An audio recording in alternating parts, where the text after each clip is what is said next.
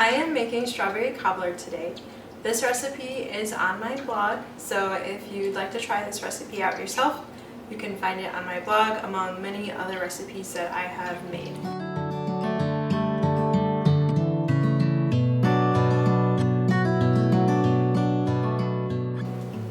Strawberries are the star of the show for this recipe, which is perfect timing because we're about to go into June and strawberries are in season during June. So I have a combination of fresh and frozen strawberries. I like to use frozen strawberries best for this recipe because they tend to let more juices out that run throughout the cobbler, and I really like that. You can use all frozen. I just didn't have enough frozen, so I just added fresh to get to 2 cups. I'm actually doing 2 heaping cups, which I recommend as well, just getting as much strawberry in there as you would like. You can use all fresh strawberries as well. The flavor is wonderful. Strawberries have a lot of good nutrition. So we're talking about lots of vitamins and minerals. Calcium, magnesium, phosphorus, potassium. They have vitamin C, they have folate, they have some antioxidants as well, like beta-carotene, lutein, and zeaxanthin. Although I don't really think I have to convince a lot of people to eat strawberries. They're so delicious on their own. Of course, I'm adding this to a dessert, so it's going to be a very calorie-rich food to eat when you're putting it in dessert, obviously, but snacking on fresh strawberries, especially in the summer months, is going to be just delightful. You can use whatever you have. If you go to the grocery store, grab some strawberries there. If you grow some in your garden, you can grab those. Or if you go berry picking over the summer, this might be a recipe you want to try then. I'm going to start by mixing my wet ingredients, and I did just melt a stick of butter on the stove top. I'm going to let that cool just a little bit so it doesn't curdle my milk. So I'm going to go ahead and pour some 2 cups of milk into my bowl. And now I'm going to add a teaspoon of vanilla extract.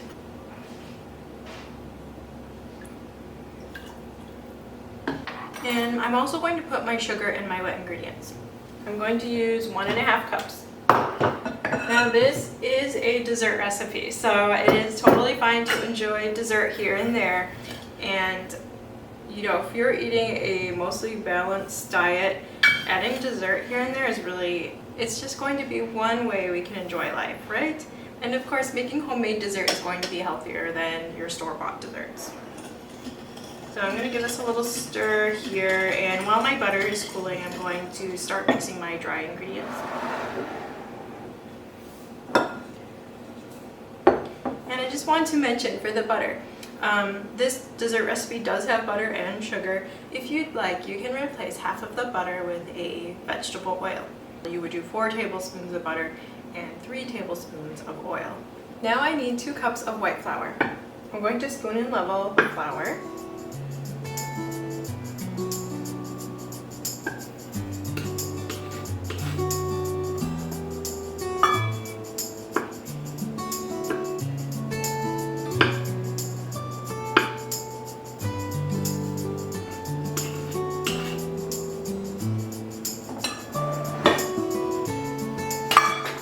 I'm going to add 2 teaspoons of baking powder. I'm using a half teaspoon, so you'll see me putting in 4 half teaspoons. This will give it some good rise while it's baking. I'm also going to add in half a teaspoon of salt.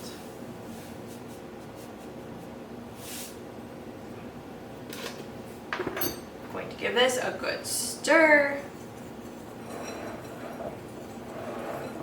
Okay, now I'm going to add my melted butter into the milk, vanilla, and sugar mixture. And if you bring your milk to room temperature before you mix this, your butter will have less solidification, so you'll see less butter solids as the hot butter touches the milk. Okay, and now I'm going to pour my wet into my dry ingredients. I really like this recipe because it's simple, it's easy. You just have to make sure you plan ahead. If you're going to be serving it at a certain time, you need to leave a good amount of time for it to bake. It does take about an hour and a half to bake. But actually mixing it and putting it together is pretty quick. I like to serve this when I have guests over and I want something nice and easy to make, but that also impresses. People really enjoy this. And it is so good with a scoop of vanilla ice cream. It's kind of like mixing a warm slice of pie with vanilla ice cream.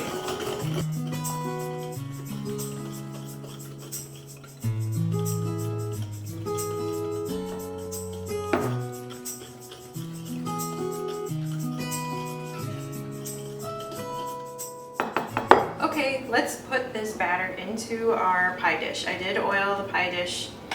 I sprayed it so that nothing will stick too bad. This smells so good. I can smell the vanilla extract.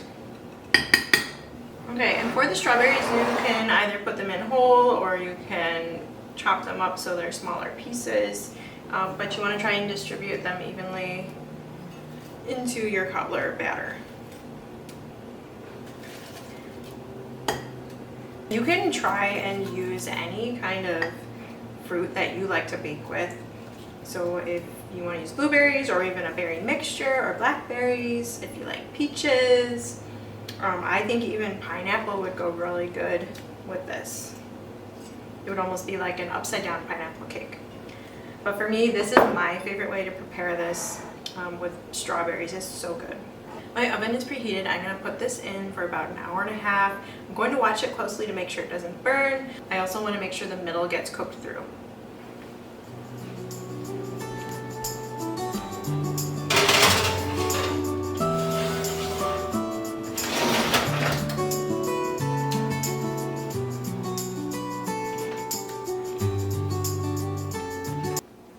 Now that my cobbler is out of the oven, I'm going to let it cool just a little bit, and I am going to slice it up and give it a try. This cobbler goes so well with vanilla ice cream, so after I slice it up, I'm going to go ahead and put a scoop of vanilla ice cream on top.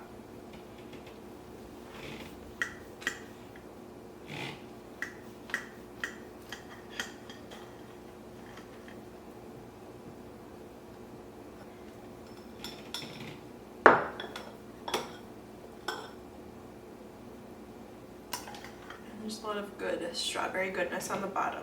I want to make sure I get some berries on this. And then I'm going to go ahead and add my ice cream.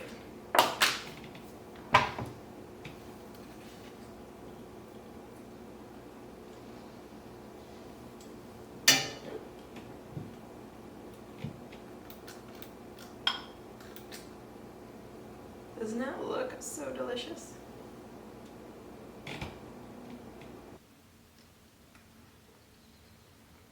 That is really good. I mean, it's just like summer in a cobbler.